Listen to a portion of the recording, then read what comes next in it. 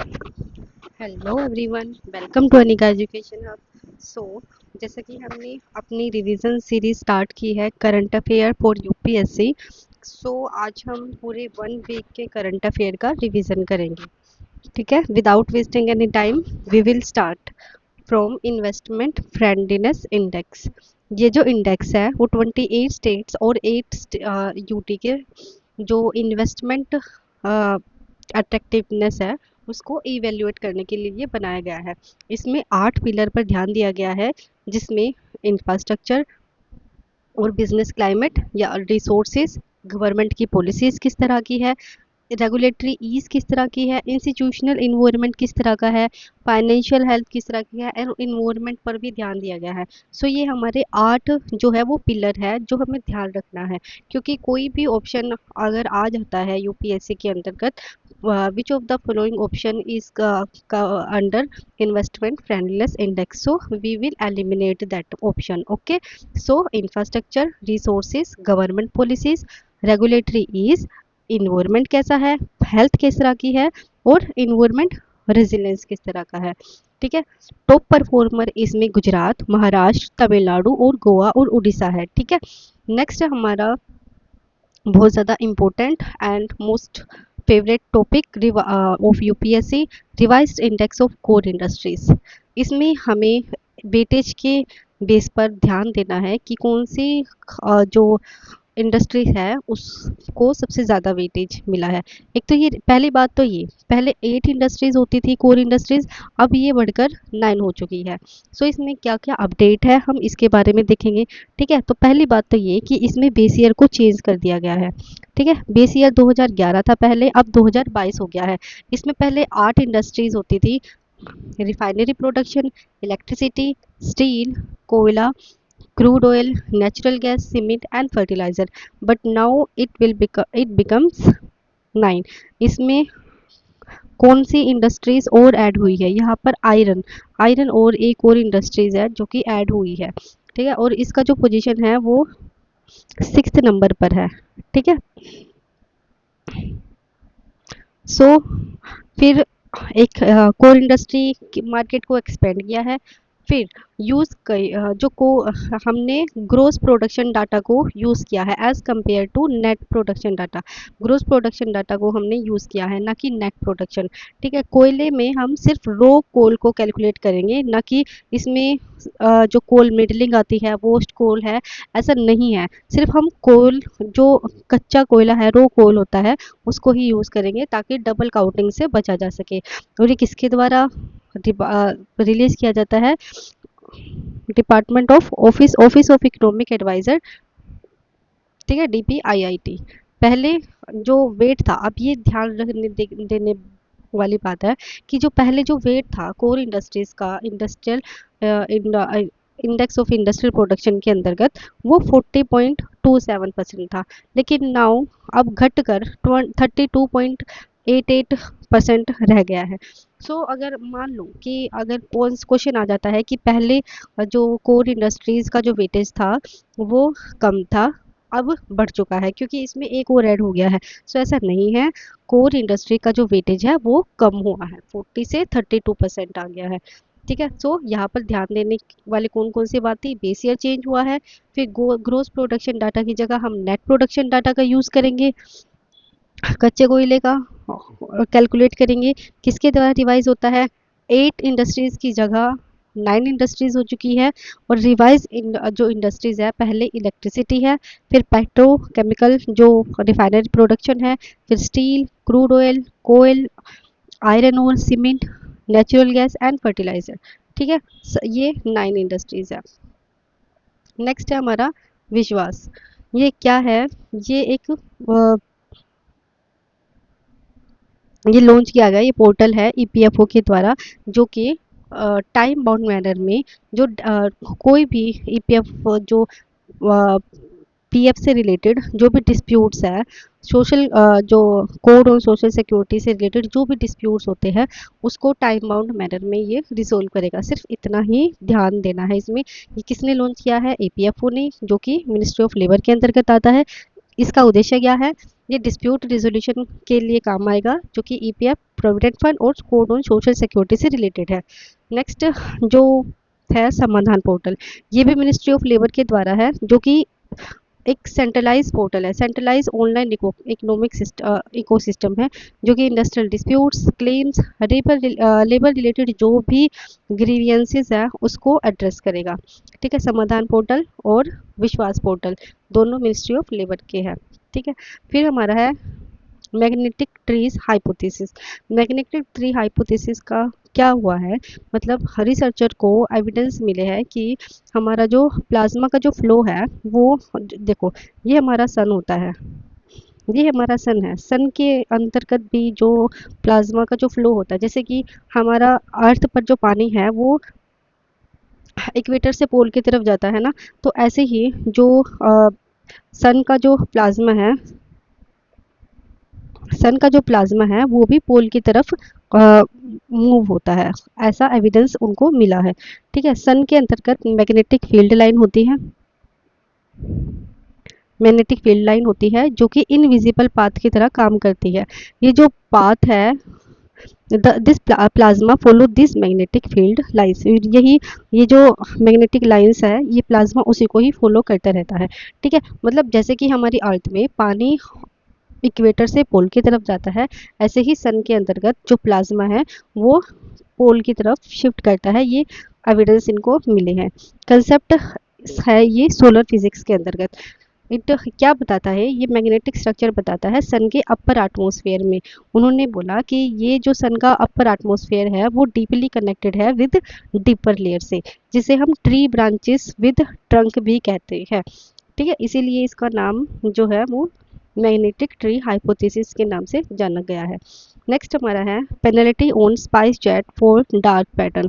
पहली बात तो ये किस पर पेनल्टी लगी है, क्यों लगी है, वी डोंट, हमें इतना डीपली जानने की ज़रूरत नहीं है।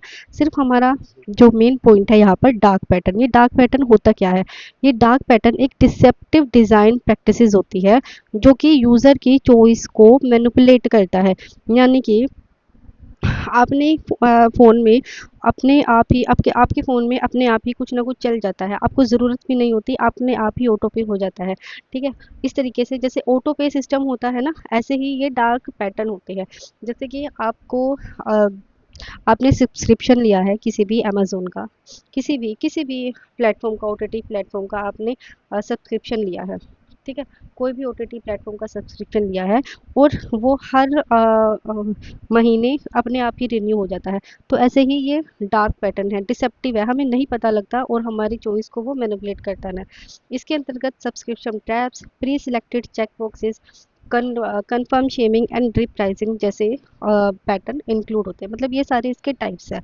नेक्स्ट हमारी है मासबल लेक। मासबल लेक के बारे में हमें बताना है कि ये कहाँ पर है, किस लिए ये न्यूज़ में है। मासबल लेक जम्मू कश्मीर के अंतर्गत है, जो कि इसलिए न्यूज़ में है कि वहाँ पर माइग्रेटरी बर्ड्स दोबारा दिखाई दिए हैं और ये कंट्री की सबसे डीपेस्ट फ्रेश वाटर लेक है।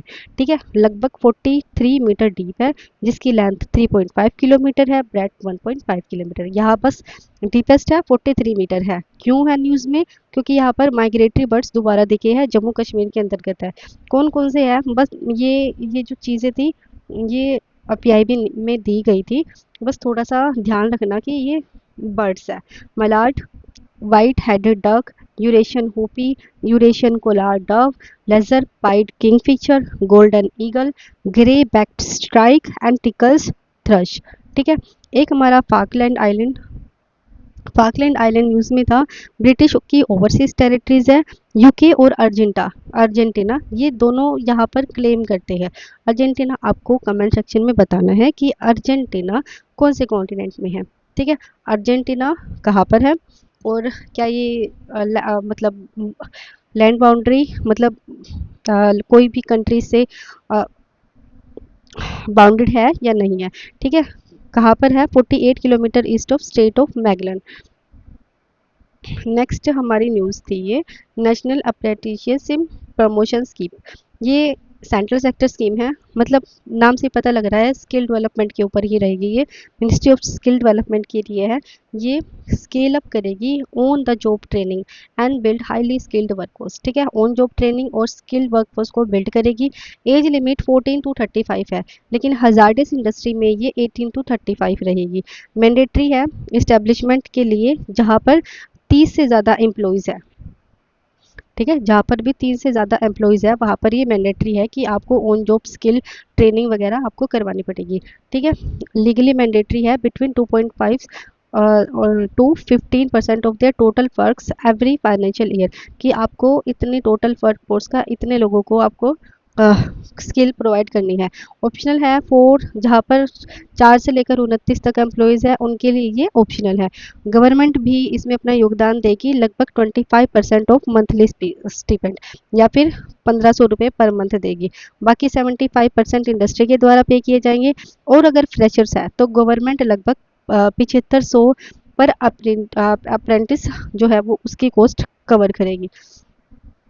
इट इज़ डायरेक्टली, मतलब आपके जो पैसे हैं आपको सीधा आधार लिंक आपके डीबीटी अकाउंट, मतलब डायरेक्ट बेनिफिट ट्रांसफ़र है, सीधा आपके अकाउंट में चले जाएंगे, ठीक है। यहाँ पर बहुत ही इंपॉर्टेंट है, एक तो स्किल के ऊपर है, फिर कुछ इंपॉर्टेंट फैक्ट है कि यहाँ पर कितने एम्प्लॉय होने चाहिए, कितना गवर्नमेंट देगी और कितनी परसेंट वर्कफोर्स इनको स्किल करनी है। इसका इम्पोर्टेंस क्या होगा, देखो मान लो कि अगर एक कंपनी उनको निकाल देती है तो दूसरी कंपनी में अगर वो जाते हैं तो उनके पास स्किल रहेगी उनको, वो अपने स्किल कहीं और भी यूज़ कर सकेंगे, ठीक है। तो skilling is a most important part two grab demographic dividend, ठीक है। हमें डेमोग्राफिक डिजास्टर नहीं बनना है, ठीक है, हमें डेमोग्राफिक डिविडेंड में कन्वर्ट करना है अपने यूथ को। So it is this scheme is very helpful for our youth. So next हमारी न्यूज़ है इम्पीचमेंट ऑफ जजेस।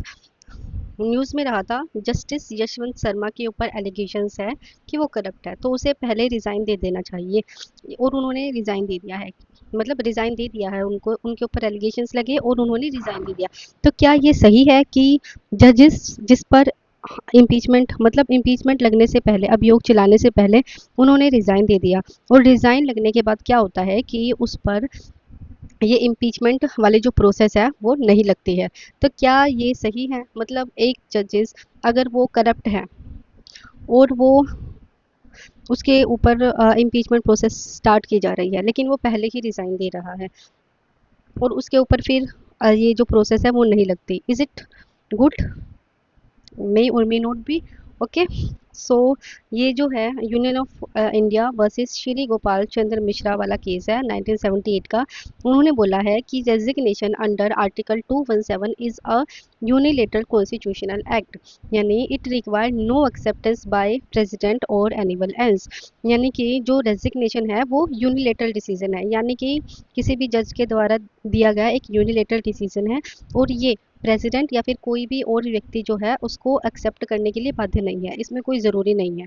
जस्टिस ने रिजाइन कर दिया तो वो अब जज नहीं रहा। So no constitutional proceeding but criminal proceeding, ठीक है, अगर आप कॉन्स्टिट्यूशनल प्रोसीडिंग नहीं चलती वहाँ पर इम्पीचमेंट प्रोसेस उस पर नहीं लगती है, लेकिन वहाँ पर उसके ऊपर क्रिमिनल प्रोसीडिंग्स चालू हो रहेगी, उस पर लगेगी, उस पर लागू रहेगी, ठीक है। तो ये सुप्रीम कोर्ट का जजमेंट है। आपको क्या करना है कि जो सुप्रीम कोर्ट का टॉपिक है पॉलिटी के अंतर्गत, उसमें इम्पीचमेंट प्रोसेस के ऊपर ध्यान देना है कि इम्पीचमेंट प्रोसेस में कितने मेंबर्स हैं, मेंबर्स देखने हैं, किसके द्वारा ये किसके द्वारा इसको एक्सेप्ट किया जाता है, फिर इसकी मतलब पूरी प्रोसेस, इम्पीचमेंट प्रोसेस को आपको पूरा देखना है, ओके। नेक्स्ट हमारा है India layered naval capability, important है, यस।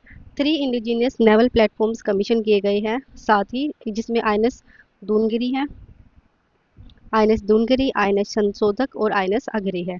पहले आईएनएस महेंद्रगिरी को कमीशन किया गया था विशाखापट्टनम के अंतर्गत, ठीक है। फिर अब हम ये तीनों जो सबमरीन्स हैं उनके बारे में जानेंगे, नीलगिरी, संधायक और अर्नाला। नीलगिरी प्रोजेक्ट 17A के अंतर्गत कमीशन की गई है। ये एक गाइडेड मिसाइल स्टील्थ फ्रिगेट्स है। इसकी फीचर है रडार सिग्नेचर रिड्यूस करेगी, इंफ्रा सिग्नेचर, ओकोस्टिक सिग्नेचर, यानी ये रडार की पकड़ में नहीं आएगी। आपकी इंफ्रास्ट्रक्चर मान लो ये हमारी ये दुश्मन की रडार है और यहाँ पर हम ये इधर इसकी ये जो है ना ये नहीं पहुंचेगी, इसकी जो तरंगे है वो दुश्मन की रडार तक नहीं पहुंचेगी, फिर उसको सुनाई ही उसके पास नहीं पहुंचेंगी।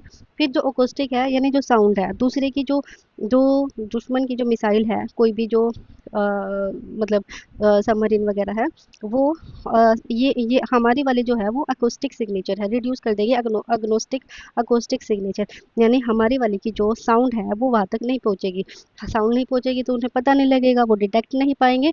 तो इसके अंतर्गत ये फीचर है। इसकी कैपेबिलिटीज़ है anti air warfare, anti surface warfare और एंटी सबमरीन, यानी तीनों तरीके से ये काम कर सकती है। नेक्स्ट है संधायक। संधायक क्लास एक हाइड्रोग्राफिक सर्वे है। नाम से ही पता लग रहा है कि ये ओशन की मैपिंग के ऊपर बनाई गई एक सबमरीन है। Function sea bed making mapping oceanographic data को कलेक्ट करेगी, नोटिकल चार्ट को प्रिपेयर करेगी और मैरीटाइम नेविगेशन को सपोर्ट करेगी। ठीक है। नेक्स्ट है अर्नाला। अर्नाला क्लास की जो सबमरीन है वो एक एंटी सबमरीन वॉरफेयर है जो कि शैलो कोस्टल वाटर में और लिटोरल रीजन में काम करेगी। ठीक है, हमने तीनों सबमरीन के बारे में पढ़ा, नीलगिरी, संधायक, अर्नाला। नीलगिरी गाइडेड मिसाइल है, रडार, इंफ्रा और अकोस्टिक सिग्नेचर तीनों से परे है, तीनों जगह काम करेगी। और संधायक हाइड्रोग्राफिक सर्वे है जो कि सी बेड को मैपिंग करने के लिए बनाई गई है। अर्नाला क्लास की जो सबमरीन है वो एंटी सबमरीन वॉरफेयर है जो कि शैलो वाटर में काम करेगी। नेक्स्ट है प्रोजेक्ट 17A। इसका काम था कि 7th जनरेशन की स्टील फ्रिगेट्स सबमरीन को कंस्ट्रक्ट करना। इसमें 4 तो मजागाओ डॉक लिमिटेड ने बनाई है जिसमें नीलगिरी, हिमगिरी, तारागिरी और उदयगिरी है। ठीक है, NHTU याद रख सकते हैं, नीलगिरी, हिमगिरी, तारागिरी, उदयगिरी। फिर गार्डन रिसर्च शिप बिल्डिंग ने दोनगिरी, महेंद्रगिरी और विंध्यगिरी बनाई है, DMV। और ये जो विंध्यगिरी है वो अंडर कंस्ट्रक्शन चली गई है। बनाई किसने है?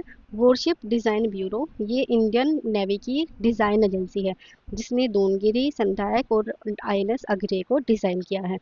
ठीक है, दोनगिरी, संधायक और अग्रे को डिज़ाइन किया है। तो हमने सबमरीन के बारे में पढ़ा। अब है नमस्ते स्कीम। नमस्ते scheme ministry of social justice और मिनिस्ट्री ऑफ हाउसिंग अफेयर के द्वारा ये लॉन्च की गई है। 2023 में लॉन्च की गई थी। इसके बेनिफिशियरी है sanitization worker, waste picker, formal manual scavengers. ठीक है, इसका टारगेट था कि हमें मतलब ये जो है ये जो सैनिटाइजेशन वाला जो काम है उसको पूरी तरह से पूरा तरह से मतलब एक मशीन के थ्रू करवाना है। ज़ीरो फैटेलिटीज़ होनी चाहिए, मतलब कोई भी डेथ, कोई भी हानि नहीं होनी चाहिए। और इमरजेंसी रिस्पांस सैनिटाइजेशन यूनिट को स्ट्रेंथन करना है और उन वर्कर्स का इकोनॉमिक एम्पावरमेंट करना है through self help group. Next है थर्ड नमस्ते डे। ये न्यूज़ में था क्योंकि थर्ड नमस्ते डे सेलिब्रेट किया गया था कोलकाता, वेस्ट बंगाल और other all urban bodies nation wide. ठीक है, यहाँ पर सब जगह, यस, सब जगह पर ये सेलिब्रेट किया गया था। दिव्य कला मेला लगा था जिसमें जो PW पीपल होते हैं, फिजिकली जो हैंडीकैप पीपल होते हैं, वो अपना टैलेंट शो करेंगे। ठीक है, इसके अंतर्गत नेशनल सफाई कर्मचारी फाइनेंशियल एंड कॉरपोरेशन भी इसके अंतर्गत मतलब इन्होंने ये करवाया था। नेक्स्ट है विक्रम 1, बहुत ही इम्पोर्टेंट है क्योंकि प्राइवेट कंपनी के द्वारा पहला ऑर्बिटल क्लास का ये रॉकेट जो है वो लॉन्च किया गया है। सो ये मिशन आगमन के अंतर्गत लॉन्च किया गया है। ठीक है, विक्रम 1 मिशन आगमन के अंतर्गत लॉन्च किया गया है। ये किसने लॉन्च किया है? स्काई रूट नाम की जो प्राइवेट कंपनी है उसने ये लॉन्च किया है। कौन कौन है इसमें? ये PP based public private partnership based model है जिसमें इसरो है, in space collaboration, in space ने भी साथ में कोलैबोरेट किया है। First privately develop orbital class का रॉकेट है। ठीक है, महत्वपूर्ण यही है, इंपॉर्टेंट यही है, ऑर्बिटल क्लास का रॉकेट है। 4 स्टेज है जिसमें पहली, दूसरी और तीसरी सॉलिड फ्यूल है और चौथी में लिक्विड फ्यूल है। ठीक है, जो सॉलिड फ्यूल है उनको कलाम इंजन का नाम दिया गया है और लिक्विड फ्यूल को हाइपरबोलिक रमन 1 के नाम से जाना गया है। ये जो लो अर्थ ऑर्बिट है वहाँ पर 300 केजी का सामान ले जाने में कैपेबल है और सन सिंक्रोनस पोलर ऑर्बिट के अंतर्गत 260 किलो का सामान ले जा सकता है। लगभग पूरा का पूरा इम्पोर्टेंट है, ये 100% 3D प्रिंटेड लिक्विड इंजन है। रॉकेट प्रोपेलेंट मतलब मोनो मिथाइलिन हाइड्रोजाइन का यूज़ किया गया है जो कि क्लियर कलरलेस लिक्विड केमिकल है। ये जो रॉकेट को चलाने का ईंधन है। ठीक है,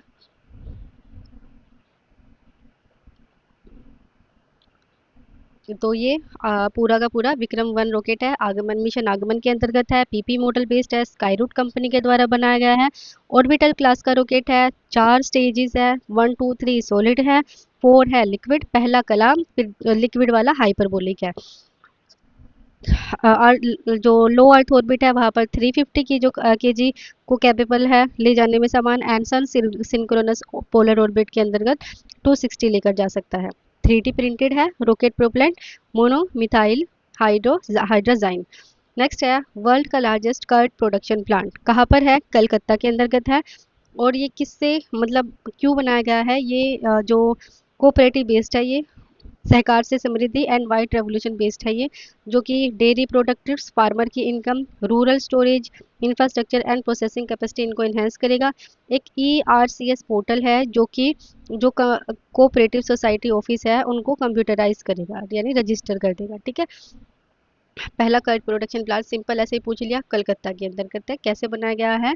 कोऑपरेटिव बेस्ड मॉडल है। ठीक है, नेक्स्ट है 72 national film awards 2024, ministry of information के द्वारा ये दिया गया है।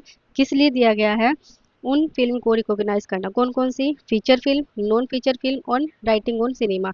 आर्टिकल 370 जो है वो बेस्ट फीचर फिल्म अवार्ड इसमें मानी गई है। बाकी और भी फिल्म्स है बट मोस्ट इंपॉर्टेंट आर्टिकल 370 जो कि बेस्ट फीचर फिल्म अवार्ड है। नेक्स्ट है India's first dengue vaccine approved, कई बार न्यूज़ में आ गया है। सो कौन सी है? एक तो पहली बात तो क्यों इम्पोर्टेंट है? पूरे हमारे इंडिया में डेंगू की कोई भी वैक्सीन नहीं है। पहली वैक्सीन है जो कि बनाई गई है, उसको अप्रूवल भी मिल चुका है DGCI के द्वारा। ठीक है, नाम क्या है? CL डेंगा। किसके द्वारा बनाई गई है? टेकड़ा बायो फार्मास्यूटिकल्स के द्वारा ये बनाई गई है। जो किस किस को लगाई जाएगी? ये 4 से लेकर 16 साल के बच्चों तक। ये एक प्रिवेंटिव मेजर है, यानी कि मतलब आपको डेंगू नहीं हुआ है तो भी आप इसको लगवा सकते हैं। तो डेंगू क्यों होता है? डेंगू किस मच्छर से होता है? ये एडिस मॉस्किटो के द्वारा होता है। क्या इस मॉस्किटो से और भी कई तरह की बीमारियां होती है? Yes, chikungunya, yellow fever, Zika virus, ये तीनों भी एडिस मॉस्किटो के द्वारा होते हैं। इसके अंतर्गत 4 वो होती है, मतलब इसके वेरिएंट्स हैं, डेन 1 2 एंड 3 4। ठीक है, नेक्स्ट है national mission on cultural mapping, नाम से स्पष्ट है। कल्चरल मैपिंग यानी कि इंडिया के जो वास्ट कल्चरल हेरिटेज है उसको आइडेंटिफाई करेगा, डॉक्यूमेंट करेगा और प्रिजर्व करेगा। ठीक है, इसमें स्टोरीज, कोई भी rituals, art, language, heritage, cuisines, both tangible और इनटेंजिबल। टेंजिबल मतलब जिन्हें हम छू सकते हैं, जैसे कोई स्टोरीज है, मतलब सॉरी वो है कोई भी देखने जिसको हम छू सकते हैं। इनटेंजिबल जिसे हम छू नहीं सकते। ठीक है, तो ये जैसे स्टोरीज है, can we touch? No. We can read, we can listen it. ठीक है, but we can't touch it. So these are stories, rituals, these are intangible arts. So हमें इनको प्रिजर्व करना है। किसके द्वारा इम्प्लीमेंट किया गया है? Indira Gandhi national centre for arts. Village level पर कल्चर मैपिंग की जाएगी थ्रू मेरा गांव मेरी धरोहर इनिशिएटिव। ठीक है, it's a national mission on culture mapping, 2017 का है, नया प्रोग्राम नहीं है। ठीक है, इस इसके अंतर्गत in this government note provide, artist को कोई भी रजिस्ट्रेशन नहीं मिलेगा, कोई भी इंश्योरेंस नहीं प्रोवाइड कर रही है, कोई social security, education, skill development का काम नहीं कर रही है, बल्कि सिर्फ इसको एज अ टूरिज्म की तरह इंटीग्रेट करेगी और कुछ नहीं। सिर्फ मतलब इसको हमारे जो आर्ट एंड कल्चर है उसको प्रिजर्व करना है। ठीक है, नेक्स्ट है India joins WTO agreement on fisheries subsidies. India join हो चुका है फिशरीज सब्सिडी में, जो कि इलीगल अनरिपोर्टेड और अनरेगुलेटेड जो फिशिंग है उस पर काम करता है। ठीक है, नोट अप्लाइड, ये कौन सी फिशरीज पे काम नहीं करता, मतलब जो एक्सक्लूसिव जो जोन है वहाँ पर ये काम करेगा, लेकिन जो इनलैंड फिशरीज है, एक्वाकल्चर है, उस पर ये अप्लाई नहीं होता। कब अडॉप्ट किया गया था ये फिशरीज वाला हार्मफुल एक्ट टारगेट? ये 12th WTO की मिनिस्ट्रियल कॉन्फ्रेंस के अंतर्गत ये अडॉप्ट किया गया था अंडर जिनेवा पैकेज, और 2025 में ये फोर्स में आया था। नेक्स्ट इसके अंतर्गत था प्रोजेक्ट परी, पब्लिक आर्ट ऑफ इंडिया। इसी के अंदर नेशनल मिशन और कल्चर मैपिंग के अंतर्गत ही था ये प्रोजेक्ट परी, जो कि bring traditional art form of rural areas into public space, जो रूरल एरिया की जो ट्रेडिशनल आर्ट फॉर्म है उसको पब्लिक स्पेस में लेकर आना, प्रोजेक्ट परी का, यानी public art of India. Next है India rule, EZ rule combating in illegal unreported and unregulated fishes. Digital pass उनके पास होगा, ये बैन करेगा डिस्ट्रक्टिव प्रैक्टिसेस स्मॉल स्केल पर, जो ट्रेडिशनल मोटराइज्ड और नॉन मोटराइज्ड फिशर्स है उनको। ठीक है, हाई सीज की गाइडलाइंस है जो कि प्रधानमंत्री मत्स्य संपदा योजना के अंतर्गत हमने मतलब ये बनाए बनाए हुए हैं, ये हमारे रूल्स है। क्या इंडिया ने भी EZ मतलब जो इलीगल फिशिंग को रोकने के लिए बनाए गए कुछ रूल्स बनाए हैं, कुछ एक्ट है? Yes, we have guidelines, we have law, we have scheme. Law है ये वाला, ban destructive practices small scale traditional motorise और non motorised fishers fishers 2025। High seas की गाइडलाइंस है और प्रधानमंत्री मत्स्य संपदा योजना है। नेक्स्ट है RBI ने एक SROFT फ्रेमवर्क इशू किए हैं। ये रूल्स है सेल्फ रेगुलेटरी ऑर्गेनाइजेशन के लिए इन फिनटेक सेक्टर, यानी जो सेल्फ रेगुलेटरी ऑर्गेनाइजेशन के लिए ये अपने ही कोड ऑफ कंडक्ट क्रिएट करेंगे, जैसे डिजिटल लैंडिंग पर, प्राइवेसी पर, स्टॉपिंग फ्रॉड पर। ठीक है, खुद से ही कोड ऑफ कंडक्ट क्रिएट करेंगे और उनको इम्प्लीमेंट करेंगे। ये है क्या चीज़? ये एक नॉन फॉर प्रॉफिट कंपनी है। कोई भी सिंगल कंपनी इसके अंतर्गत क्या होगा कि कोई भी सिंगल कंपनी जो no single company can hold more than 10% stake, यानी एक भी कंपनी 10% से ज़्यादा कोई भी स्टेक नहीं ले सकती इसका। फिर इसके अंतर्गत है fintech association for consumer empowered, पहला जो है ये सेल्फ रेगुलेटरी ऑर्गेनाइजेशन था जिसको, ठीक है, ये पहला ऑर्गेनाइजेशन है फेस वाला। ये ब्रिज करेगा gap between fast moving digital innovation and stricter central bank regulation. Next है इंडेक्स ऑफ इंडस्ट्रियल प्रोडक्शन, हमने ये देख लिया था। यहाँ पर इंडेक्स ऑफ इंडस्ट्रियल प्रोडक्शन के अंतर्गत एक्सपैंड बियॉन्ड, हमने इसको एक्सपेंड किया है। एक्सपेंड किया है इसके अंतर्गत, मतलब उसमें कोर इंडस्ट्रीज वाला था वो, है ना, इंडेक्स ऑफ कोर इंडस्ट्रीज। लेकिन अब ये सिर्फ इंडेक्स ऑफ इंडस्ट्रियल प्रोडक्शन है। जो पहले इसमें ये थी माइनिंग थी, मैन्युफैक्चरिंग थी, इलेक्ट्रिसिटी। इसके अलावा हमने water supply, gas supply, sewerage and waste management activities को भी इंक्लूड किया है। पहले बेस ईयर 2011 था, अब इसका बेस ईयर 2022 है। पहले 439 आइटम से अब इसमें 1042 इसमें आइटम हो चुकी है। Sectoral weight revised based on gross value added, मतलब इनका कितना ग्रोस वैल्यू एडिशन में, मतलब ग्रोस वैल्यू में योगदान है, उसके बेस पर इनको वेट दिया गया है। यहाँ पर mining, manufacturing, electricity, water supply है, चारों के ध्यान रखना है हमें। अलग अलग इंडेक्सेस है। इलेक्ट्रिसिटी जो कि रिन्यूएबल और नॉन रिन्यूएबल से जनरेट होती है। फ्यूल मिनरल्स जिसमें मेटेलिक और नॉन मेटेलिक आते हैं।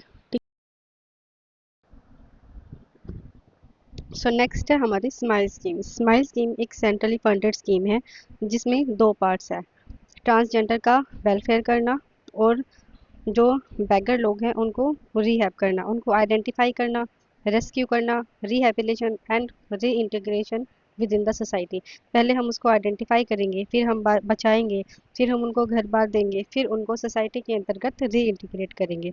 सो स्माइल एक बैगरी, इसके लिए एक बैगरी नेशनल पोर्टल भी बनाया गया है।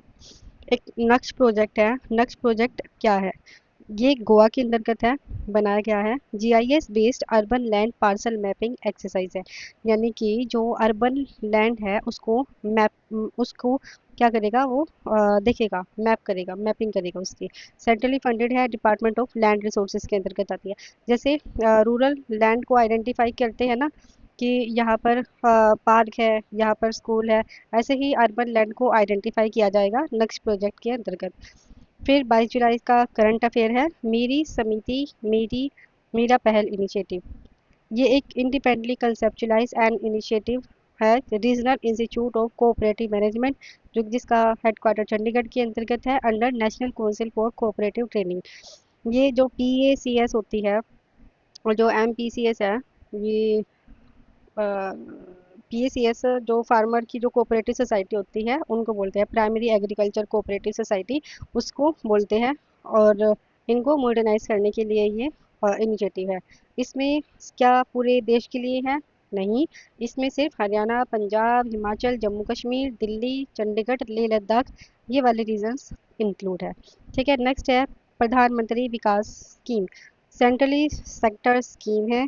सेंट्रल सेक्टर स्कीम का मतलब ये होता है कि इसमें पूरा का पूरा जो पैसा है वो सरकार के द्वारा, यूनियन गवर्नमेंट के द्वारा लगाया जाएगा, सेंट्रल गवर्नमेंट के द्वारा लगाया जाएगा। ठीक है, ये एक इंक्लूज किस लिए बनाई गई है? जो माइनॉरिटी कम्युनिटीज़ है उनका डेवलपमेंट करने के लिए, उनको एजुकेशन प्रोवाइड करना, स्किल देना, एम्प्लॉयमेंट अपॉर्चुनिटीज़ देना। ठीक है, आपने एजुकेशन दे दी लेकिन स्किल नहीं है, स्किल है बट एम्प्लॉयमेंट नहीं है, तो इन तीनों को कंबाइन कर दिया है। ठीक है, कौन कौन इसके अंतर्गत बेनिफिशरीज होंगे? notified they are notified under National Communities of Minorities Act 1992, जिसमें Buddhist, Christians, Muslims, Jains, पारसीस and Sikh, ये 6 कम्युनिटीज़ हैं। इसके क्या, अभी एक और इम्पोर्टेंट चीज़, क्या सिर्फ यही बेनिफिशरीज इसमें इंक्लूड रहेंगे? नहीं, अप टू 25% जो है नॉन माइनॉरिटी कैंडिडेट्स भी इसके अंतर्गत आती है। इट्स अ मेन पॉइंट है। ठीक है, मेन पॉइंट है, क्या सिर्फ ये माइनॉरिटी कम्युनिटीज़ के लिए है? नहीं, 25% स्टेक नॉन माइनॉरिटी कम्युनिटीज़ का भी इसके अंतर्गत आता है। ये 5 गवर्नमेंट जो प्रोग्राम है उसको इंटीग्रेट करेगा, साथ में लेकर आएगा। सीखो और कमाओ, उस्ताद, हमारी धरोहर, नई रोशनी और नई मंजिल, ये 5 गवर्नमेंट के प्रोग्राम है जो इसी के अंतर्गत लेकर आई गई है।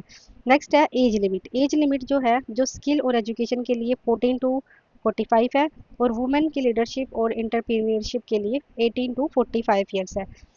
वुमेन के लिए 33 से 100% सीट रिजर्व है यहाँ पर, डिपेंडिंग है डिफरेंट कंपोनेंट के बेस पर।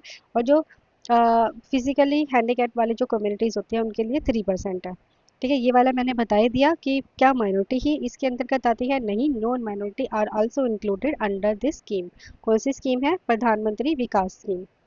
स्टेट एंड यूटी भी नोटिफाई कर सकते हैं माइनॉरिटी कम्युनिटीज़ को, जो 5% और 5% से कम ही होंगी। ऐसा नहीं है कि आप उनको कितना भी उसको स्टेक दे दो, ऐसा नहीं है, सिर्फ 5 या फिर 5 से कम हो सकता है। ये किसके अंतर्गत है? Convergence with skill India mission. ठीक है, मोस्ट इम्पोर्टेंट कि यहाँ पर क्या सारे कम्युनिटी सिर्फ माइनॉरिटीज़ है? नहीं, other communities are also included, but only with 25% stakes. So next है Tenzing Norgay national adventure award.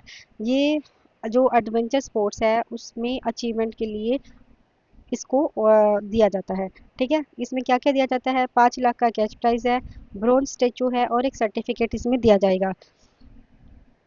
Award कौन एडमिन करेगा और कौन प्रेजेंट करेगा? ये मिनिस्ट्री ऑफ यूथ अफेयर के द्वारा एडमिन और प्रेजेंट किया जाएगा।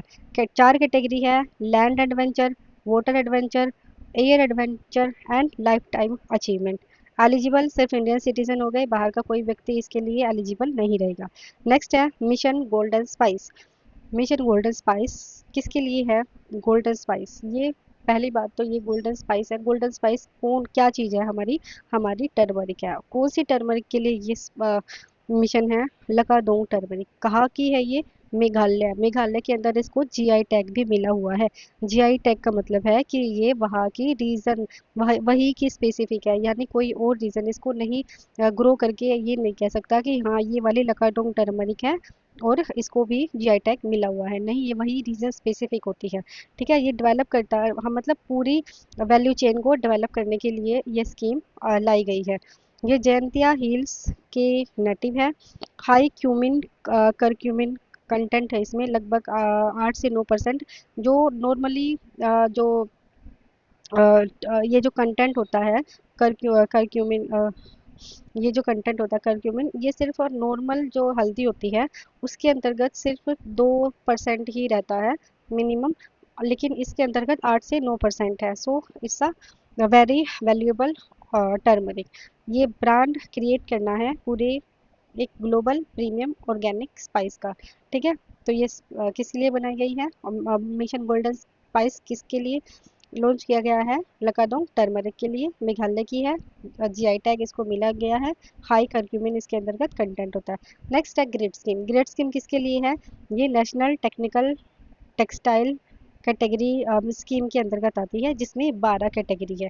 क्या सिर्फ ये टेक्निकल टेक्सटाइल को कवर करेगा? Yes, it covers only technical textile. Okay, इसमें फाइनेंशियल सपोर्ट मिलेगा कम से कम 50 लाख का टू ईच अप्रूव स्टार्टअप। ठीक है, इसमें फाइनेंशियल सपोर्ट की बात की गई है कि टेक्निकल टेक्सटाइल के अंतर्गत कितनी कैटेगरीज आती हैं, इसमें 12 कैटेगरीज आती है। ठीक है, फिर हमारा है क्या क्या इसके अंतर्गत कंपोनेंट है? Education, training and skilling, promotion and market development, ये नॉर्मल से है एक गैस बर्ग कि हमें एक्सपोर्ट प्रमोशन पे ध्यान देना चाहिए, रिसर्च पर, इनोवेशन पर, डेवलपमेंट पर। ठीक है, ये चीज़ें हमें ध्यान देनी है। नेक्स्ट है न्यू एलोग्राफा स्पीसीज। ये न्यू एलोग्राफा स्पीसीज क्या है? हमें 5 न्यू स्पीसीज मिली है लाइकन फोमिंग फर्मिंग फंगी की, जो कि जीनस एलोग्राफा से बिलोंग करती है। कहाँ से मिली है? वेस्टर्न घाट से मिली है। और ये ऐसा लगता है एक मतलब एक स्क्रिप्ट सी लिखी लिखी हुई है, मतलब ये ऐसे ऐसे इस तरह से ये फंगी है, और ऐसा लगेगा मतलब इस तरीके से दराज सी होती है इसके अंतर्गत, और ऐसा लगेगा कि यहाँ ये इस पर किसी ने स्क्रिप्ट लिखी हुई है। ठीक है, एक बायो इंडिकेटर होती है लाइकन। अगर मतलब अगर ये इन्वायरमेंट में पाई जाती है तो ऐसा माना जाता है कि हमारा इन्वायरमेंट पोल्यूशन फ्री है। ठीक है, अगर ये नहीं होती है तो ऐसा माना जाता है कि हमारा इन्वायरमेंट पोल्यूशन, हमारे इन्वायरमेंट के अंतर्गत पोल्यूशन है। ठीक है, बायो इंडिकेटर है। if found in environment it will be there clean in ecosystem. So कैसा दिखता है? ये ग्रुप होता है क्रस्ट लाइक लाइकन्स का, मतलब एक क्रस्ट की तरह दिखता है। Known for their fruiting bodies, यानी कि फ्रूटिंग बॉडीज के लिए अपने जाना जाती है। That look like hand written script, मैंने आपको बता दिया कि ऐसा लगता है कि किसी ने हाथ से कुछ लिखा हुआ है। तो ये स्पीसीज के बारे में बात थी। नेक्स्ट है एक्सरसाइज पिच ब्लैक। कौन किसके ये मतलब किसके कौन कौन से कंट्रीज के बीच में हुई है? वैसे तो ये मल्टीनेशनल है, ऑस्ट्रेलिया के अंतर्गत हुई है, इंडिया ने भी पार्टिसिपेट किया है। ठीक है, मल्टीनेशनल एयर कॉम्बैट एक्सरसाइज है। नेक्स्ट है सिक्किम टनल के अंतर्गत एक टॉक्सिक गैस रिलीज हुई है। पहली बात तो वहाँ पर एक जो यहाँ पर एक हाइड्रो इलेक्ट्रिक प्रोजेक्ट बनाया जा रहा था, और वहीं पर टनल बनाई जा रही थी, तो वहीं से टॉक्सिक गैस का रिलीज हुआ है। तो ये कौन सी रिवर पर बनाया जा रहा था? वो तीस्ता रिवर पर थी। तीस्ता रिवर ब्रह्मपुत्र रिवर की ट्रिब्यूटरी है, जिसे बांग्लादेश के अंतर्गत जमुना के नाम से भी जाना जाता है।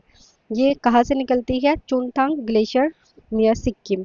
ये ओरिजिनल कहाँ पर एम्प्टी, पहले ना ये पद्मा रिवर में एम्प्टी होती थी साउथ की तरफ, लेकिन 1787 के बाद इसने अपना कोर्स जो है, अपना पाथ जो है वो चेंज कर लिया, और ये ईस्ट की तरफ, साउथ की जगह ईस्ट की तरफ मूव होने लग गई। ठीक है, और जमुना रिवर को ज्वाइन करती है। पहले पद्मा रिवर को में एम्प्टी होती थी, अब ये जमुना रिवर को में एम्प्टी होती है।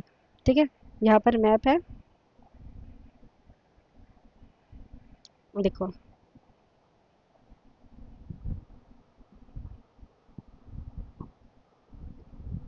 ये हमारी तीस्ता रिवर है यहाँ से, ये हमारी तीस्ता, दूसरा कलर लेते हैं, ये तीस्ता रिवर है इधर। ये पहले पद्मा रिवर में जाती थी, और अब ये जमुना रिवर में एंटर करती है। ठीक है, मिल जाती है।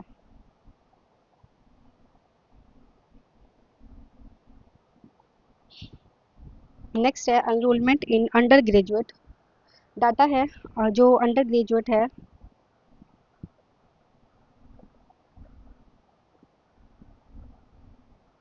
अंडर ग्रेजुएट है एनरोलमेंट, अंडर ग्रेजुएट जो एजुकेशन है, स्कूल है, उसके अंतर्गत एनरोलमेंट रिड्यूस है। किसने रिलीज़ किया है डाटा ये?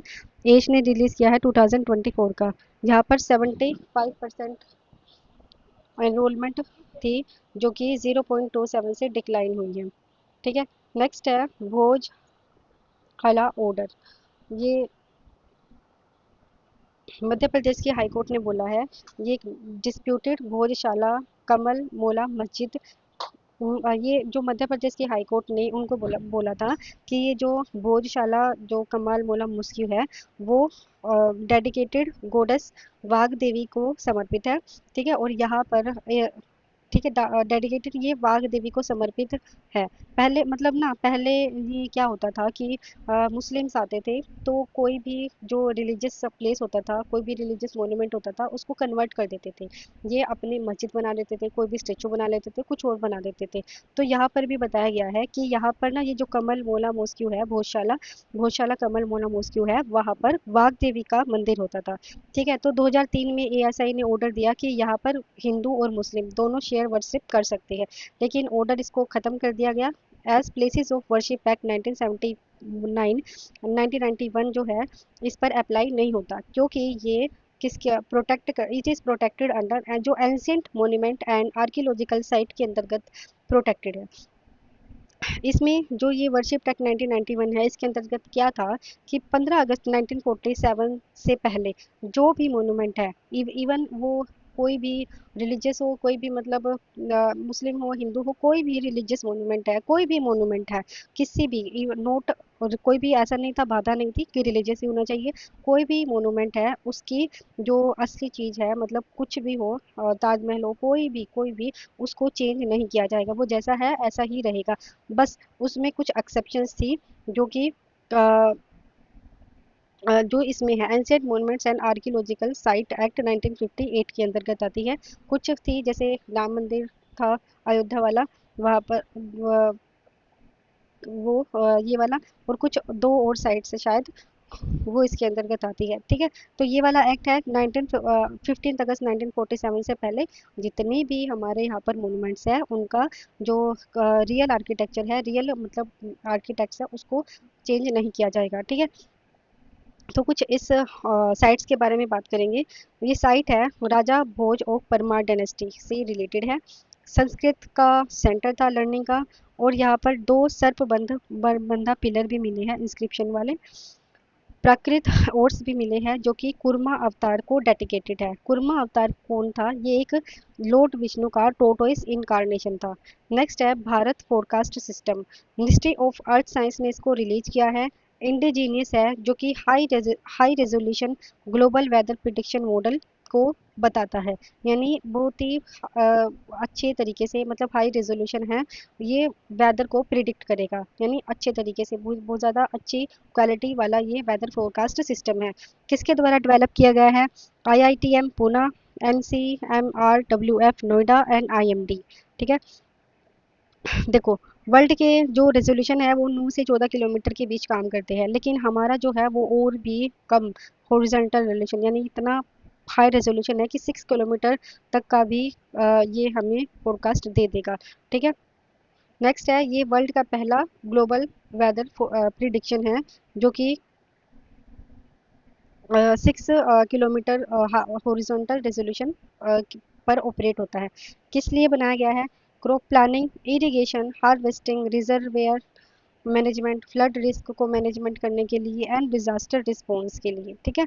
एग्रीकल्चर में फ्लड के अंदर, डिजास्टर के अंतर्गत इसको बनाया गया है।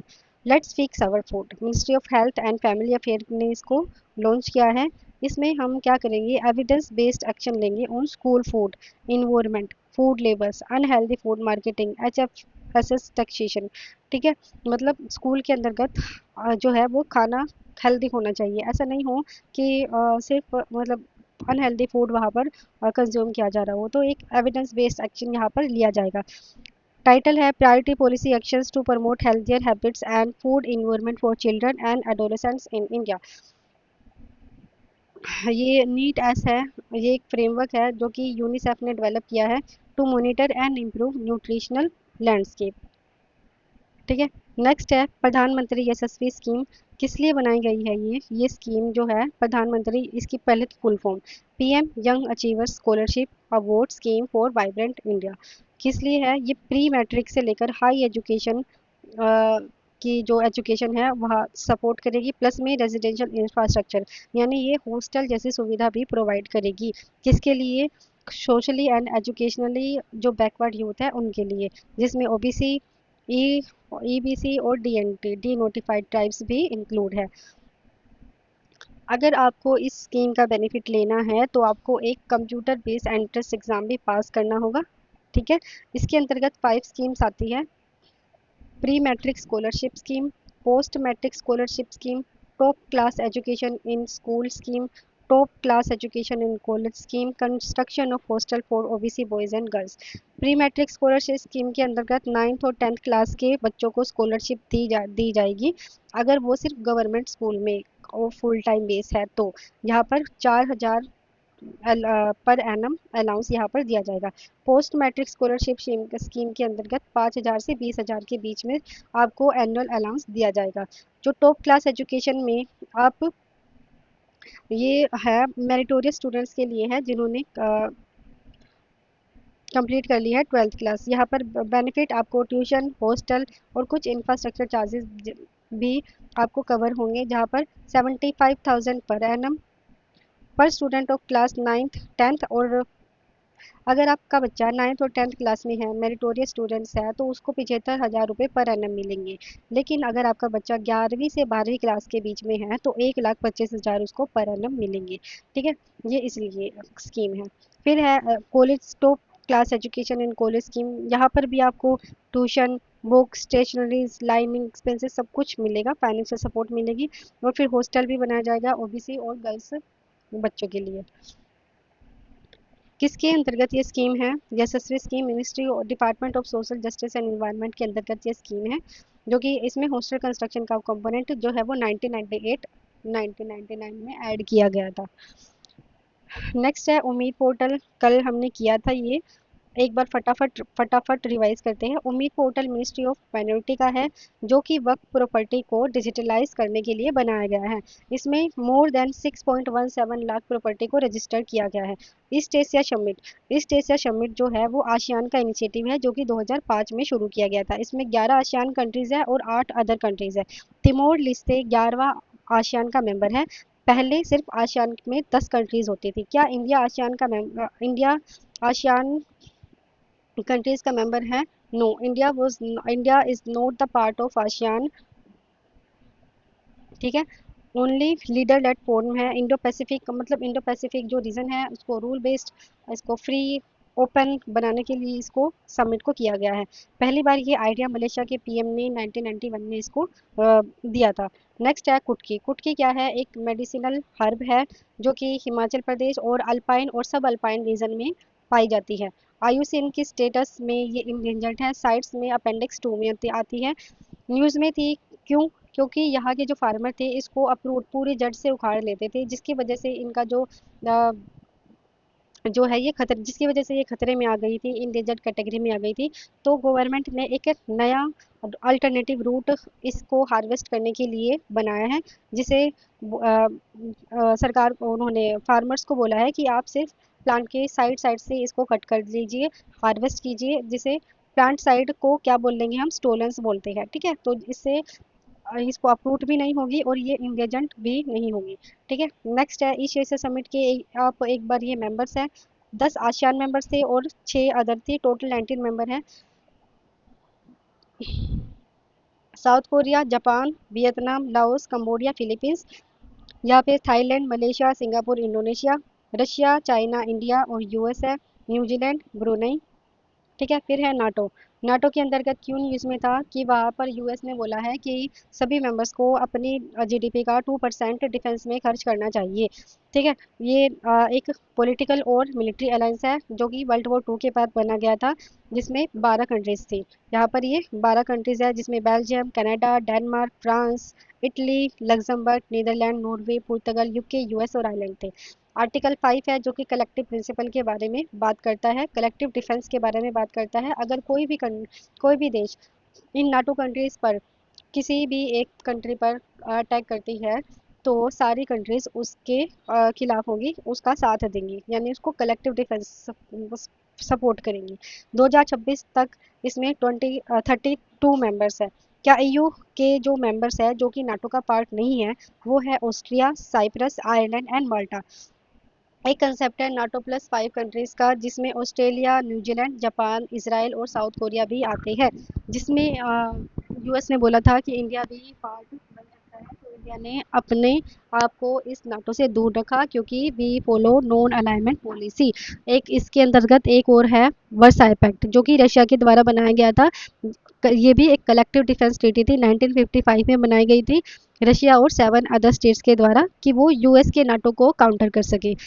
लेकिन आज क्या है कि ये जो 7 के 7 मेंबर जो पहले वर्साई पैक्ट के अंतर्गत मेंबर थे, आज वो सारे नाटो का पार्ट है। ये 1991 में इसको अबोलिश कर दिया गया था। नेक्स्ट है ब्रिक्स की हेल्थ मिनिस्ट्रियल डिक्लेरेशन। ये समिट हुई है तो वहाँ पर हेल्थ से रिलेटेड जो जो भी फ्रेमवर्क साइन हुए हैं उसके बारे में है। टीबी रिसर्च वाला, मेंटल वेलनेस जिसमें निमहांस है जो कि कोऑर्डिनेट करेगा। ठीक है। Early warning system for prevention and response to mass infectious disease और social determinants of health and BRICS network of national public health institute. ठीक है। नेक्स्ट है देश की मिनिस्ट्री ऑफ कल्चर के अंतर्गत इसको लाया गया है। सेंट्रल स्पॉन्सर स्कीम है। एक कल्चर टूरिज्म इनिशिएटिव है जिसमें 15 मेजर आर्कियोलॉजिकल साइट्स को कवर किया गया है। साइट्स है Lothal and Dholavira, Rakhigarhi and Agroha, Hastinapur and Iran. Lothal और धोलावीरा गुजरात के अंतर्गत आते हैं, राखीगढ़ी और अग्रोहा हरियाणा के अंतर्गत है, हस्तिनापुर उत्तर प्रदेश के अंतर्गत आता है, ईरान मध्य प्रदेश के अंतर्गत आता है। कुछ हिस्टोरिक फोर्ट्स है जिसमें झांसी, चित्तौड़गढ़, लेह, शिवसागर, सारनाथ, सन्नती, उदयगिरी, आदिचन्ननूर और पुराना किला शामिल है। कुछ साइट्स जो पीआईबी में मेंशन थी, ईरान ईरान जो है एरिकीना भी नाम से जाना जाता था, और इसको ये बिना रिवर के किनारे पर स्थित है। किस लिए प्रसिद्ध था ये? एक एंशिएंट मिंटिंग सिटी थी जो कि चालकोलिथिक फेज से लेकर गुप्ता एम्पायर तक इसका टाइम पीरियड है। इसको सेलिब्रेट किया गया था for its monumental Gupta era stone structures, जिसमें 10 फीट की वराह गरुड़ पिलर मिला है और सती पिलर मिला है। गोपराज इंस्क्रिप्शन भी यहाँ पर मिला है। ठीक है। ये जो सती पिलर है ये भानुगुप्त के टाइम का है, भानुगुप्त यानी गुप्ता पीरियड के टाइम का है, जिसमें जो गोपाराज है किस लिए बनाया था? खून से, हु लोस्ट विद खून, मतलब pillar commemorate a general named Goparaja who lost with खून, जो कि गोपाराज खूनों के साथ जो लड़ाई की थी उसमें हार गया था, तो इसको प्रसिद्धि के लिए उसको ये बनाया गया है। यहाँ पर सबसे अर्लीस्ट एविडेंस है जहाँ पर सती का एपिग्राफिक एविडेंस हमें मिला है। सन्नति एक बुद्धिस्ट मोनास्टिक साइट है, एक ओनली सर्वाइविंग साइट है जहाँ पर अशोक के स्कल्पचर है। ब्रह्मी स्क्रिप्ट यहाँ पर लिखी गई है जिसमें रायो अशोक का नाम लिखा गया है, रायो अशोक। ठीक है। यूपीएससी में भी क्वेश्चन आज पूछे गए हैं इससे रिलेटेड कि अशोक का जो नाम है कौन से इंस्क्रिप्शन पर लिखा गया है। नेक्स्ट है शिवसागर। शिवसागर को रंगपुर भी बोलते हैं। अहोम किंगडम की ये राजधानी थी जहाँ पर बोरपू खारी मिला है। लगभग 257 एकड़ का शिवसागर टैंक ये है। ठीक है। बाकी है तारातर घर और रंगघर भी इसके अंतर्गत आते हैं। नेक्स्ट है थिरू सुब्रमण्यम शिवा। ये एक एक्टिविस्ट थे, राइटर थे, क्रिएटर थे तमिलनाडु के, जिन्होंने स्वदेशी मूवमेंट में भी अच्छा खासा पार्टिसिपेट किया है। इन्होंने पॉलिटिकल एक्टिविज्म को नेशनलिज्म से कंबाइन किया था। इसने धर्म परिपालना समाजम को भी इस्टेब्लिश किया था 1906 से 7 के बीच, जिसने यंग माइंड्स को परसुएट किया था कि आप भी आइए नेशनल मूवमेंट में ज्वाइन हो जाइए। इसके अंतर्गत जनरल थी ज्ञान भानु और प्रभा भंजा मित्रा। ज्ञान भानु एक मंथली मैगजीन थी और ये जो प्रभा भंजा है वीकली मैगजीन थी।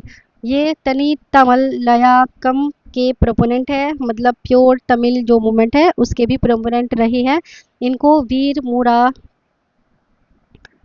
मुरासू का भी टाइटल मिला है और इन्होंने वी ओ चिदम्बरम के साथ भी काम किया है। कुशा मिसाइल एक long range surface to air missile है जो कि वाइड रेंज और एल्टीट्यूड को कवर करता है। नेक्स्ट है ऑपरेशन साउदर्न रेडिनेस। ये 4 डे का multi national maritime security training engagement है, कोची के अंतर्गत इंडियन नेवी के द्वारा किया गया है। नेक्स्ट है fast track court for paper leak.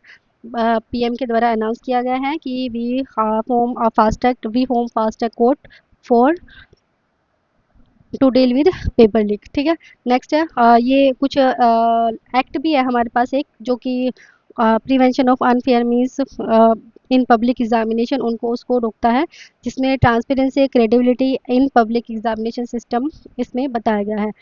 इसके अंतर्गत कोई भी जुर्म करता है, ऑफेंस करता है, तो वो कोग्निजेबल होगा, नॉन बेलेबल होगा यानी बेल भी नहीं मिलेगी, एंड नॉन कंपाउंडेबल होगा। 3 से 5 साल की जेल होगी और 10 साल तक का इसमें फाइन होगा। अगर ये ऑर्गेनाइज्ड रूप से किया जाता है तो 1 करोड़ का फाइन और 10 साल की जेल भी होगी। फिर है भव्य भारत औद्योगिक विकास योजना, जो कि कल का हमारा न्यूज़पेपर है। इस ये plug and play industrial parks, यहाँ पर 100 plug and play industrial parks बनाए जाएंगे और हम यहाँ पर एक प्री अप्रूव्ड लैंड और रेडी इंफ्रास्ट्रक्चर प्रोवाइड करेंगे इंडस्ट्रीज़ को कि आप प्रोडक्शन कीजिए विदाउट एनी डिले, यानी कि ईज ऑफ डूइंग बिजनेस हम यहाँ पर कर रही है। मतलब यहाँ पर 1 करोड़ एकड़ फॉर कोर जो इंफ्रास्ट्रक्चर है उसके लिए, जैसे कि रोड है, ड्रेनेज है, उसके लिए प्रोवाइड किया जाएगा। वैल्यू एडिड है, जैसे टेस्टिंग लैब्स है, सोशल इंफ्रास्ट्रक्चर जैसे वर्कर हाउसिंग। बाकी 25% ऑफ प्रोजेक्ट कॉस्ट इसमें कवर की जाएगी। किसके अंतर्गत कवर होता है? Implemented under national industrial corridor development programme by NICDC, plus में स्टेट्स भी है, प्राइवेट सेक्टर भी है। ठीक है। यानी एक भव्य स्कीम है। Plug and play industrial parks यहाँ पर बनाए जाएंगे, पहले से ही अप्रूव्ड लैंड आपको प्रोवाइड की जाएगी, यानी ईज ऑफ डूइंग बिजनेस हम यहाँ पर कर रहे हैं। नेक्स्ट है भव्य रसायन स्कीम भी है, इसके अंतर्गत हम 3 डेडिकेटेड केमिकल पार्क्स इसमें इस्टेब्लिश करेंगे। सेम बाकी सेम ऐसा ही रहेगा कि हम आपको अप्रूव्ड लैंड देंगे, रेडिमेंट इंफ्रास्ट्रक्चर देंगे। ठीक है। सेंटर विल प्रोवाइड 1000 करोड़ पर park subjected to minimum contribution 500 crore by state. हम आपको 1000 देंगे, लेकिन जो स्टेट है उसको 500 करोड़ भी देने पड़ेंगे। ठीक है। मस्ट एटलीस्ट 8 स्क्वायर किलोमीटर और 2000 एकड़ का एम है to strengthen entire value chain. ठीक है। यानी ये केमिकल पार्क्स की पूरी वैल्यू चेन को स्ट्रेंथन करने के ऊपर बात की गई है। फिर है MSME ODR पोर्टल। ODR का मतलब है ऑनलाइन डिस्प्यूट रेजोल्यूशन पोर्टल है, जहाँ पर जो कमर्शियल डिस्प्यूट्स है MSME से रिलेटेड उसको रिजोल्व किया जाएगा। ये किसके अंतर्गत इसको लॉन्च किया गया है? Under RAMP programme. ठीक है। ये रैम्प प्रोग्राम जो है वर्ल्ड बैंक के द्वारा असिस्टेड प्रोग्राम है, जो सेंट्रल सेक्टर स्कीम है, जो कि इंस्टीट्यूशनल फ्रेमवर्क और कॉम्पिटिटिव जो कैपेबिलिटीज़ है उसको स्ट्रेंथन करेगा। 3 मेजर सब स्कीम्स भी आती है इसके अंतर्गत: MSME gift scheme, MSE spice scheme, MSME ODR scheme. ODR scheme हमने पढ़ ली है। गिफ्ट स्कीम ग्रीन एनर्जी से रिलेटेड है और MSE स्पाइस स्कीम जो है सर्कुलर इकोनॉमी से है। नेक्स्ट है विंड सिस्टम। विंड सिस्टम प्रधानमंत्री फसल बीमा योजना के अंतर्गत इसको लॉन्च किया गया है। ये weather information network and data system, इसकी पूरी फुल फॉर्म है। ठीक है। मिनिस्ट्री ऑफ एग्रीकल्चर के अंतर्गत आती है। ये क्या करेगा? पूरा का पूरा जो लोकल वेदर डाटा है उसको प्रिडिक्ट करेगा। अगर डाटा हमें मिलता है, वेदर का डाटा मिलता है, तो हमें इंश्योरेंस, क्रॉप इंश्योरेंस कंपनी को एग्रीकल्चर एडवाइजरीज में, डिजास्टर रेजिलेंस में ये काम आएगा। ठीक है। तो ये एक ऑटोमेटिक वेदर स्टेशन होगा और ऑटोमेटिक रेन गोज के थ्रू हमें जो वेदर डाटा है उसका पता लगेगा। यस टेक एक मतलब ये टेक्नोलॉजी है, ये भी प्रधानमंत्री फसल बीमा योजना के अंतर्गत आती है। यहाँ पर सैटेलाइट इमेज को यूज़ किया जाएगा, ड्रोन को यूज़ किया जाएगा, remote sensing for fair and accurate crop yield estimation and damage assessment यहाँ पर किया जाएगा। लगभग हम 30% वेटेज, इन्होंने बोला है कि हम टेक डिराइव जो यील्ड है उसको 30% वेटेज देंगे। बाकी कुछ स्टेट्स है जहाँ पर 100% और उड़ीसा ने 50% इसको कर रखा है। यानी अगर आपको क्लेम लेना है तो हम 30% जो वेटेज है वो किसको देंगे? हम टेक डिराइव्ड यील्ड्स को के बेस पर हम जो आपका नुकसान हुआ है उसको आधार मानेंगे। ठीक है। नेक्स्ट है RDI फंड अंडर ANRF, अनुसंधान national research foundation, I think. तो इन्होंने जो है 1 लाख करोड़ जो है अप्रूव किए हैं रिसर्च में, इनोवेशन में, to encourage private sector investment. ठीक है। हमारी यहाँ पर क्या है कि हमारे इन्वेस्टमेंट में प्राइवेट सेक्टर का कंट्रीब्यूशन बहुत ज़्यादा कम है एज़ कम्पेयर टू, अगर हम वर्ल्ड के कंपैरिजन में देखें तो प्राइवेट सेक्टर का कंट्रीब्यूशन आई थिंक अराउंड 40% के अराउंड है। ठीक है। लेकिन वर्ल्ड में देखें तो वहाँ पर प्राइवेट सेक्टर का कंट्रीब्यूशन ज़्यादा होता है। ठीक है। वहाँ पर सेवाएं अच्छी मिलती है। सो ये जो है प्राइवेट सेक्टर को इन्वेस्टमेंट को बढ़ाने के लिए ये फंड बनाया गया है। अगर हम बात करें तो हमारे यहाँ पर कितना परसेंट खर्च होता है, मान लो 1% से भी कम, अराउंड 0.7% R&D में हमारा खर्च होता है। ठीक है। ये सपोर्ट करेगा strategic technology sector through second level fund manager जैसे कि TDB एंड बायडेक। लो और नील इंटरेस्ट यहाँ पर प्रोवाइड की जाएगी। डीप टेक फंड भी यहाँ पर इस्टेब्लिश किया जा रहा है जो कि हाई टेक्नोलॉजी एरिया को में काम आएगा जैसे semiconductor, quantum technology and biotechnology. Next है यूएस ने 10% टैरिफ इंडिया पर अनाउंस कर दिए हैं अगर आप के यहाँ पर फोर्स लेबर का यूज़ होता है तो। ठीक है। अगर कोई भी गुड्स से आपको मतलब 10% टैरिफ आप पर हम पर लगा दिया है। डीजी क्या हमारे यहाँ पर पॉलिसी बनाई गई थी कि फोर्स लेबर को ख़त्म करने के लिए? Yes, we have policy. DGFT ने अंडर मिनिस्ट्री ऑफ कॉमर्स के अंतर्गत ये आता है जिसने अपनी फॉरेन ट्रेड पॉलिसी को अमेंड किया था, जिन्होंने बोला था prohibit import of goods produced manufacturing using force labour. यानी कि आप ऐसा कोई भी गुड्स नहीं मंगा सकते जो कि फोर्स लेबर को यूज़ करके बनाया गया है। ठीक है। बाहर से आयात नहीं कर सकते। इंडिया ने ILO का फोर्स लेबर कन्वेंशन 1939 नंबर 29 हमने अडॉप्ट कर रखा है। कॉन्स्टिट्यूशन में भी फंडामेंटल राइट है आर्टिकल 23 के अंतर्गत जो कि ह्यूमन बींग्स बेगार और similar form of involuntary servitude को प्रोहिबिट करता है। Article 21 right to life with basic human dignity को इंश्योर करता है।